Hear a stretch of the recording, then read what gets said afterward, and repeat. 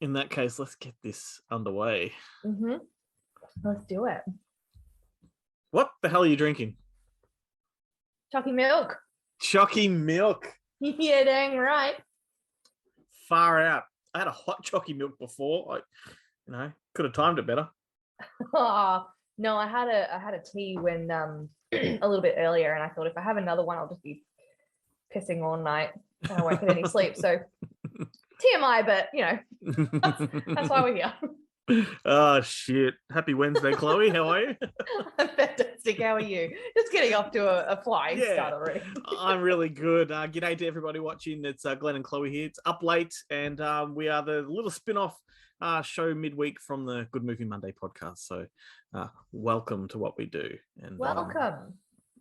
Had fun last week. Hopefully, it's up to you now. Will we have fun this week? You better always. You better deliver the goods. Well, I watched one new movie. Oh, woo! And I've got a few other things that I'd like to talk about. It's just, it's great. Good Go ahead. For movie news. Well, I watched you know me, I love my J-Lo. So I've got J-Lo and I've got J-Law, and I love her, and I realized I hadn't seen Red Sparrow. So I gave that one a whirl this week. And? Have you seen that one? Yeah, I have. Yes. Sorry, I'm just letting you tell a story and all that. Dumb question. I shouldn't have asked. Yeah, I liked it. I don't think it was like too much to write home about, but I did enjoy it. It wasn't anything what I expected. Yeah, cool. Yeah, it was good. I didn't mind it at all. It's sort of one of those femme fatale type of movies. It's the movie that I refer to when whenever you get talk of a new James Bond and they talk about changing the gender and all that, and they're like, well, we never have these movies, we never have a James Bond for females. And I'm like, but you've got Red Sparrow and you've got all these other ones that are very similar to that, Atomic Blonde and blah blah blah. It's like you simply do. So that's the kind of thing I always say whenever they bring that gender shit up. It's like, well, there's plenty. They just haven't spawned franchises, and that's just the reality. I'd watch a franchise of Red Sparrow. I think that would actually be really good. I think she plays a really good Russian. She's got perfect RBF. I'm not opposed to it whatsoever. I think it's very hard for films like that these days to spawn franchises just in the world of streaming. Like, they're more likely to get a TV show or something like that. Yeah. And it's got a lot of different elements that it could follow as well, that type of movie. So And we're actually something that Ben and I talk about on the podcast a lot is the nature of sequels has changed. So back in the 80s, 90s, and even further back, it was always the law of diminishing returns. So each sequel would be slightly cheaper. So they'd say, hey, that movie worked. We'll give you half that budget, make part 2. And then when part 2 does okay, we'll give you a little bit less, make part 3. Now, each time you make a sequel, it's like we're going to double the budget, go bigger. Then we're going to triple the budget, go bigger. So the whole dynamic of a sequel, it's not as instantly appealing to a studio to go straight for number 2 because it's going to cost more. Red Sparrow back in the 90s probably would have instantly had a sequel because it will cost less, and if we have to replace the actress, we will. But that's just how it worked back then. Yeah. So well, that makes sense actually, because when you think of all the spin-offs that have happened, recently, they've all been bigger, better, more explosions, more action, more celebrities. More and the second that a sequel doesn't make as much money, then they drop it. Back in the day, there's a lot of steam in it, and they would just keep going. But there we go. Speaking of sequels, possibly I think the most well-received trailer of the year dropped, and that was Clerks 3. And wow, yep. I watched it. I mean, I did not like Clerks 2 one bit. I really was not a fan of that one. And I am one of those people that thinks that Kevin Smith in general has flogged that horse to death, I think, or donkey in this case. I kind of think the joke has run thin. So I was really just sort of a bit blasé about the thought of a number 3, but this trailer seems to have recaptured some of the magic from the original. It has a real indie kind of feel to it. And although it does go a bit meta, which seems to be his fallback now, when all else fails, go meta because the fans will dig it. It has. It even mentioned that in the trailer. Yeah, it does. But that's the thing; it's very self-aware. He's under no delusion that the fans know it. You know what I mean? Mm-hmm. And so, but this one, I look, the entire cast is back from the original, and the trailer played well. I thought it was a funny trailer. Well, that's good because it's been like, I don't know, I think I said this to you the other day. It's been like 15 years since I saw the first one. And I can't even tell you if I've seen the second one. But like, I don't think I was in the right sort of place to be watching that type of movie. That wasn't sort of my thing. So I think I would enjoy it more now than I did back then. So it's going to have to be one that I revisit. Well, that first Clerks is a bona fide classic. I will love it till the day I die. The subsequent sort of, they're called Askewniverse movies, like they're kind of sequels, but not Chasing Amy, Mallrats, Dogma. I've enjoyed all of those. It's the latter ones that have sort of fallen off the track for me. But this one kind of feels like it's back on track. But what scared me was, if I'm not mistaken, the time it's been since number 2 and now is more distance between number 1 and 2, which just blows my mind, because number 1 and 2 felt like they were like, fucking decades apart. So odd.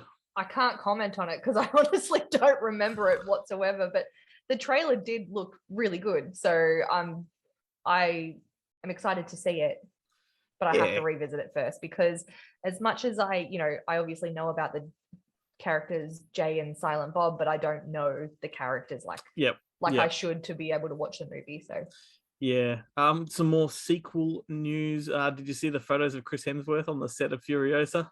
They dropped those last week. I didn't. They were those sort of paparazzi style, down a fucking telescope kind of, from a distance, but gives you a kind of good idea what you're in for. He's unrecognizable. He's got a giant red beard that comes down to here, big mane of red hair, and like a prosthetic nose. So he just almost looks unrecognizable, but it kind of gives an idea of the look of this film, which is interesting.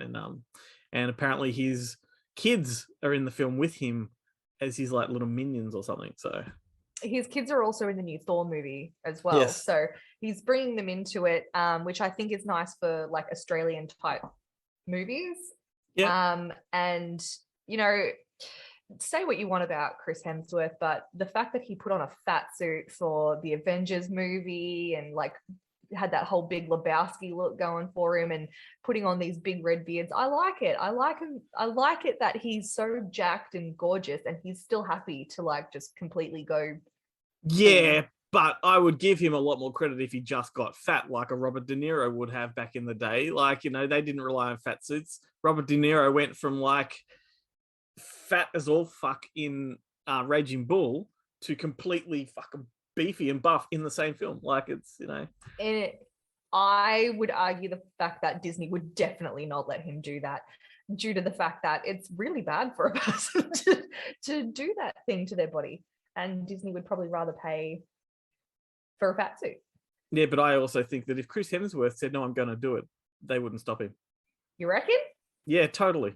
I mean, they'd have all sorts of like law, like not laws, but like strict rules on it, don't you think? Well, they have all sorts of rules, but at the end of the day, when your lead actor, who is the number one bankable aspect of your film, like without him, the film doesn't exist. If he says, I'm going to do it this way, like more authenticity, then they'll just put into a clause, okay, well, then we're not responsible if something happens to your health. And he'd probably go, yeah, no worries. And do it. That's what, that's what Christian Bale did for The Mechanic. It's what Tom Hanks did for Castaway. It's just, it's method. Yeah, not that I'm not a fan of method acting by any means, but that kind of element of method I respect. It would definitely be amazing if he did that. But the best one was Jared Leto when he got really fat for that chapter 39, I think it was called, whatever, about Mark Chapman who killed John Lennon, and he played that character. And if you look up photos of Jared Leto as Chapman, he's fat, like really disgustingly fat, and he actually stacked that on. Wow, there you go. Anyway, I think actors are just sick enough to want to know what it's like as well, and to kind of live that reality, so it gives them a better idea in the future as well. Like, I think also like these particular caliber of actors are financially well off enough to get a personal trainer and shred. Yep. No, Even like if I had a personal trainer, I'd still be so lazy. I would not I know, I'm not giving up my but chocolate milk. I'm sorry. but at the same time, like, if you're in that frame of mind, you hire the kind of personal trainer that's going to whip you into action, so they get you up. But you got to remember that these actors have so much time on their hands as well between projects. Quite often they're only working maybe 20% of the year, the reality, and the rest is all downtime. So you get so bored, cabin fever sinks in. May as well exercise. Ugh. Might as well eat a bag of Doritos. That sounds disgusting. Ew, why would you do that? Hey, I saw The Black Phone last week, and this would have to be, I'll tell you what, it's going head to head with Top Gun as best film of the year for me. Wow, okay. Yeah, and that's the general consensus I'm getting from people, is this is just one of the best films of the year. I remember I had no idea what you were talking about when you told me about this movie. And I remember when I went back and actually watched the trailer, I remember seeing a trailer for it, like a teaser trailer, like ages and ages ago. And I instantly thought, nope. And then you're telling me, it's great. You need to see it. And I watched the trailer. No. What are you thinking? Do you not know me at all? Well, I do, and this is why I do think that you would get more out of this than you think you will. And yeah, it's been one of those COVID movies that's been delayed so many times, like Top Gun. It was it had several release dates, and if you watch the trailer, the release date was last year, right? Yeah, okay. But no, look, it presents itself in trailer form as a really hardcore horror, but it's not. It really is not. It is, if you can imagine Stranger Things, as far as the look of the film and the fact that it centers on children on bikes and stuff like that in high school, it's very strong along those lines. I'm trying to think of another one to compare it with. It's not coming to me right now. But what I'm getting at is that the violence and the horror is actually not in the basement where the kids held captive. It's in the high school where the bullies are and kids are punching on and stuff like that. That's where it's nasty. And because that's where the director wanted to depict the 1970s in a way that was real, not the way we remember it. Right. If that makes sense. Mm-hmm. And there's a plug. He is Scott Derrickson. He's on the show next week. So exciting. Yeah. So listen, this coming Monday, I'm going to talk to him all about that. And but I do think you'd like it because it is very similar to Stranger Things in the way the story is told. The horror is not the horror that you would think it is.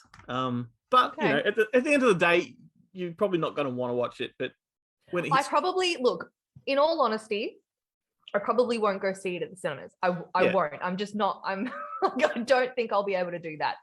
Will I watch it if I get a day off and no kids are around and I can open up all the curtains and be on. Yeah. Then yeah, maybe. Yeah. And I know you're trying to hit me right where. No, I'm not trying. You're trying to hit me right where you think it'll work. I'm trying to hit you in the Stranger Things.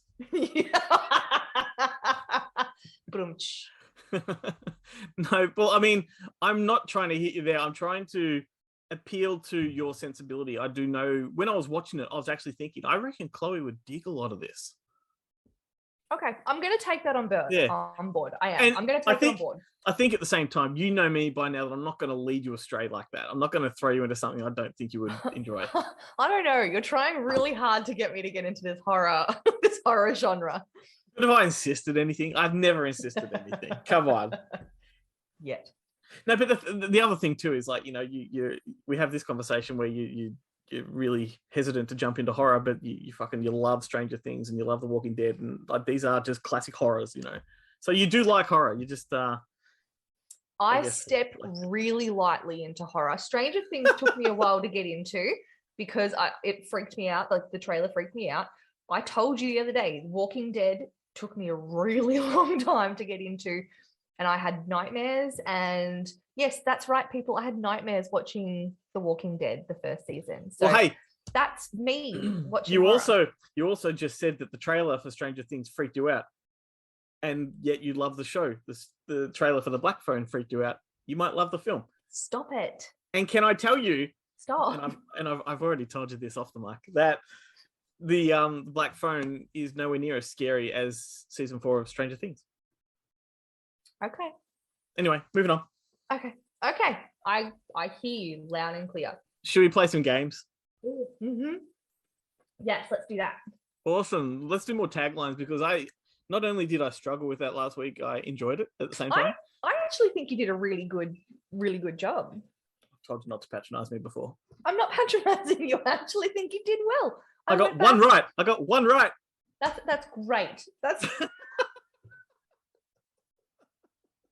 Did I get any right? I didn't even know if I got any right. I don't remember what they were. I don't remember either. Well, let's have a go at this one. I've got quite a few written down here. All right, well, you go first. I will. And I've tried to get somewhere. The answer is sort of in the tagline, like it's sort of a bit explanatory. First one. All right. There are some places in the universe you don't go alone. Is it a newer type of movie? No, this one is early to mid 80s.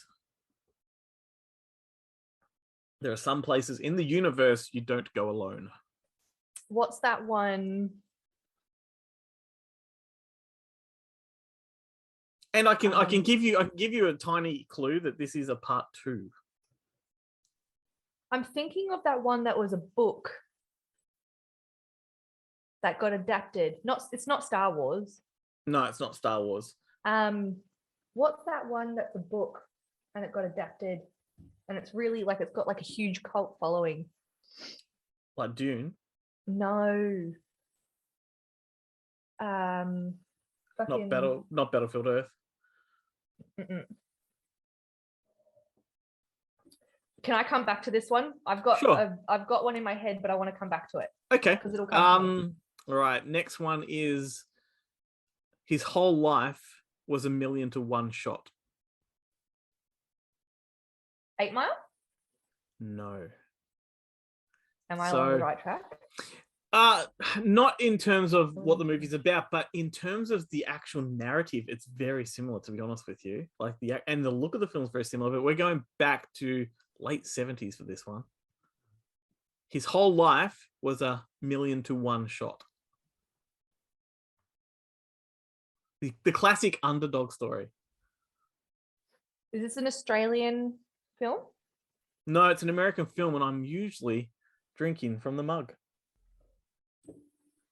Not tonight. Oh. Not tonight. Usually drinking from the mug. Oh, I remember your ET one. No, I'm not going to get this one. She's going through the book of mugs. No, Do you want the answer to that one? Yeah. That's Rocky. Oh, of course. Yeah. I'll do one more and then we'll go across to yours and then we can come back to mine if you want to. Yep. The true story of a real fake.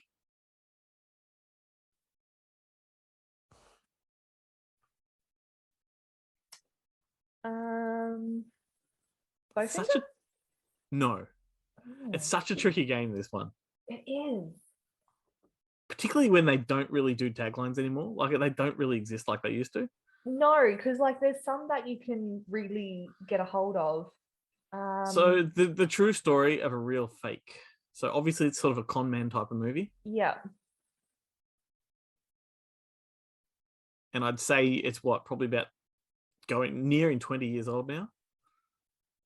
If not already. Has Steve Martin in it? Is it a Steve Martin movie? Oh, you're obsessed with Steve Martin right now. I feel like it's Steve Martin. No, it's Catch Me If You Can. Oh, fucking of course. Yes. See? Going back to your first one, yeah, I need you to help me because I don't want to get into my phone and. There are some places in the universe you don't go alone. So this is a sequel directed by one of the biggest directors in the world, possibly second biggest director in the world, behind Spielberg. Zemeckis? No, bigger. Kubrick? Oh, Space Odyssey. No. 2001. Don't forget, we're in the 80s here. Oh, that was 70s, wasn't it? If I give you the actor, that'll just give it away. If I give you...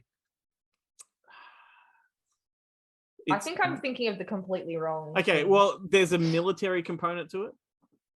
Oh, The Fifth Element? No, that's 90s. No, Aliens. Oh, of course. James Cameron.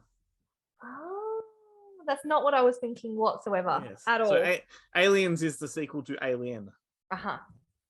Groovy, your turn. So that's All right. 0, and I'm gonna match that. Okay. You just like to note that. Okay, cool. No, I'm noting myself. I'm gonna match it. All right. I got a few.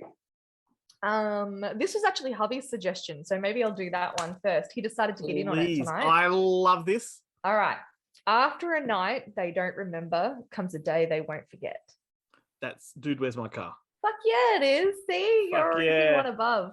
And then I can quote that movie like from beginning to end. Love it.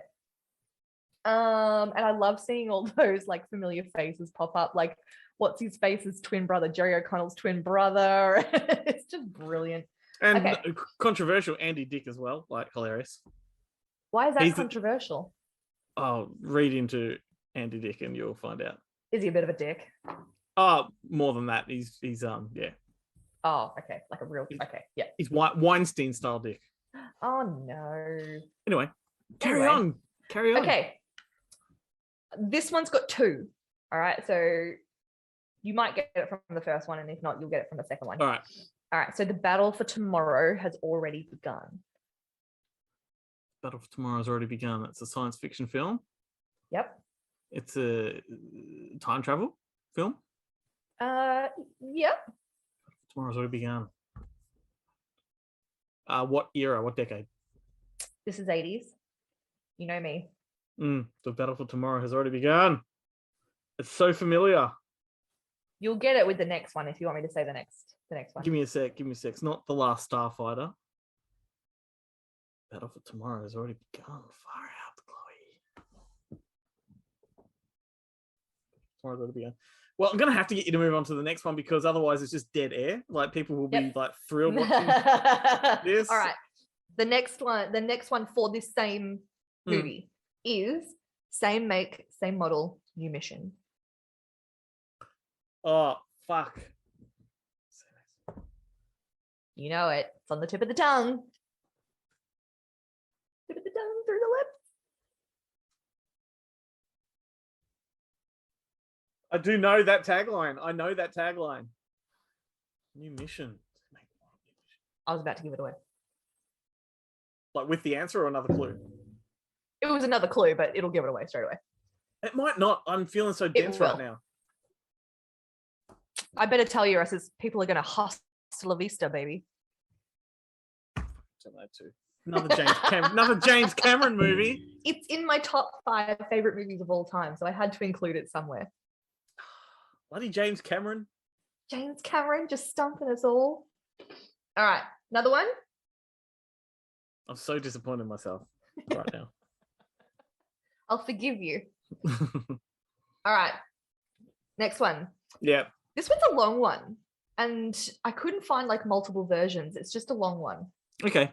All right. For some, it's the last real taste of innocence and the first real taste of life. But for everyone, it's the time that memories are made of. Do you want me to say that again? Because I got that wrong. Yeah. All right. For some, it's the last real taste of innocence and the first real taste of life. But for everyone, it's the time that memories are made of. So it's a coming of age movie? Yes. Stand By Me? Fuck yeah! Yeah. I got a few of mine in there. Well, 2 things gave that away. One is that tagline is basically the narrative. Yep. And 2, I remember the poster having a really chunky fucking tagline on it. Okay. Yep. There's a poster that I really want for Stand By Me, and the tagline is, what would be my last meal that I could eat? Or whatever he says. And Pez, cherry flavored Pez.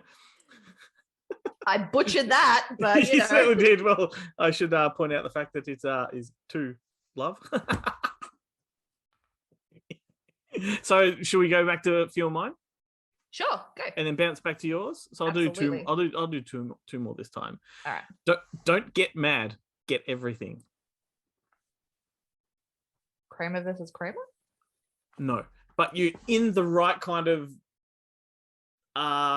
domestic kind of realm, I guess. The breakup? Nope. One more guess. You're in the right kind of ballpark, so don't get mad. Get everything.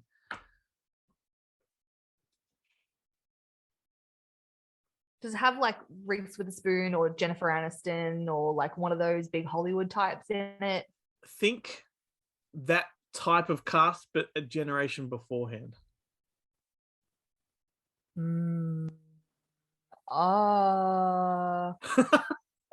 want to say like Mermaids. No, you're kind of close. It's First Wives Club. Oh, I love that movie. Damn it. Bloody hell. I mean, even if this game is boring to other people, I get such a kick out of I get a kick out of your reactions here. I'm zero. This is so bad. All right. He's out to prove he's got nothing to prove. You kind of even did an impersonation of him just then. Yeah. Yes. Who does that? He's out to prove he's got nothing to prove. Is it like a Jim Carrey movie? Is it like Liar Liar? No, it's not, but it is a comedy. And from memory, I think you love this one. Oh, he's out to prove he's got nothing to prove. It does sound like I would know this. That impersonation was great. It's like Rob Schneider. Does Rob Schneider do something like that? No, he doesn't. Oh God. What's another? Oh, yeah. Does he do that too? Sort of. He dances. He loves a dance. Loves to dance. Very daggy sort of dance. Again, like me. High school. He's in high school. He loves his tater tots. Ah, John Heder. Is it Napoleon Dynamite? Yeah. Is that the tagline? Yeah, I'm going to give that one too. No. We're not cheating here. But that's really... But you didn't cheat either. Anyway, but you gave that away. I did do a good impression. Wow. Go me. It's because I watched it so much and imitated it so much. That's just you now. Alrighty, Chocky Milky is nearly done. We're getting near the end of the show. You've timed that Chocky Milk so well. I did really well. Did you want another tagline, or I've got a Who Am I? I've got a Who Am I as well, but we are literally like 3 minutes away from pretty much having to wrap up. So maybe we should just do taglines and save a Who Am I for next week. All right, cool. Well, I've got 3 left. All right, how many have I got left? I've got 1 left, so we see how many we can get through. All right, cool. Let's do this one. Super bad, super dad. Super bad, super dad. Fuck, I do know that one. Yep. Very popular. Yeah, super bad, super dad. It's newish. No. It's not Mr. Bum. No. No, it's within the last sort of decade-ish. Super bad, super dad. Super bad, super dad. My kids love it. That changes everything. No. I'm just going to tell you. Despicable Me. Of course it is. This is embarrassing because, well, one, I'm not a huge fan of Despicable Me. But so I fucked that up. But when we went to Comic-Con, I also fucked up a Despicable Me thing. I don't know if you've watched the video of me vox popping, going around Comic-Con asking people questions, right? Yeah. And I got up to a girl that's dressed as Gru. And I'm like, oh, Gru, Despicable Me, blah, blah, blah. How are you? And then the person next to her, I thought was Velma from Scooby-Doo. And I'm like, and where are the gang? And I'm like that. And she's like, the gang aren't here today. It wasn't Velma. It was she was playing, one of the daughters. Yeah. That's funny. Yeah, and in the comment section on YouTube, one guy goes, ha ha, he timestamps it, and he goes, you thought that was Velma? And I'm like, I can't lie. Fucking I did. I absolutely did. Yep, truth. Okay, so maybe I'll do one more. This might take us through to the end. Yep. That's a pretty easy one, I reckon. My easiest one on my list. So he's out to, oh no, that's the one I just did. That's Napoleon Dynamite. Does for rock and roll what the Sound of Music did for Hills. It does for rock and roll what The Sound of Music did for Hills. Thinking of a good rock and roll classic movie. Yeah. There's so many. And that's a pretty funny tagline when you think about it. So it's a comedy. So it did for rock and roll. Oh, fucking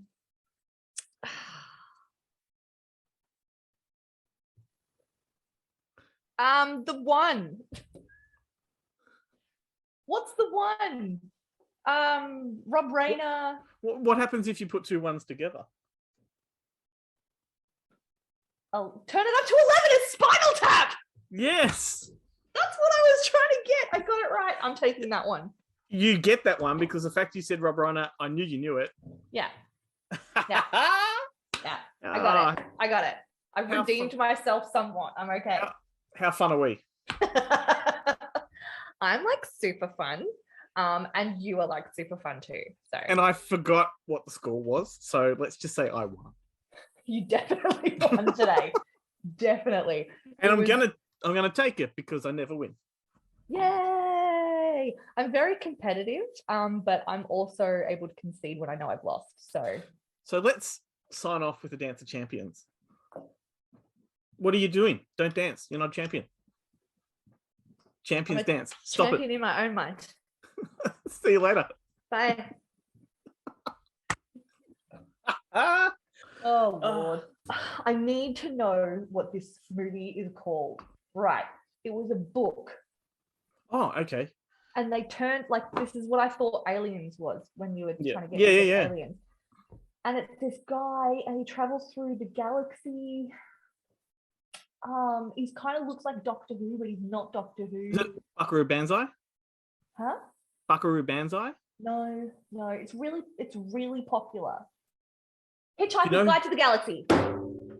Right, yes. Anyway, Gotcha. Sorry. Look, that was bugging me. Looks like Doctor Who. He's wearing his dressing gown and pajamas. Yeah, I don't remember the movie that well. That's the thing. He's like an oafish guy. I just saw it. I saw him dressed like Doctor Who.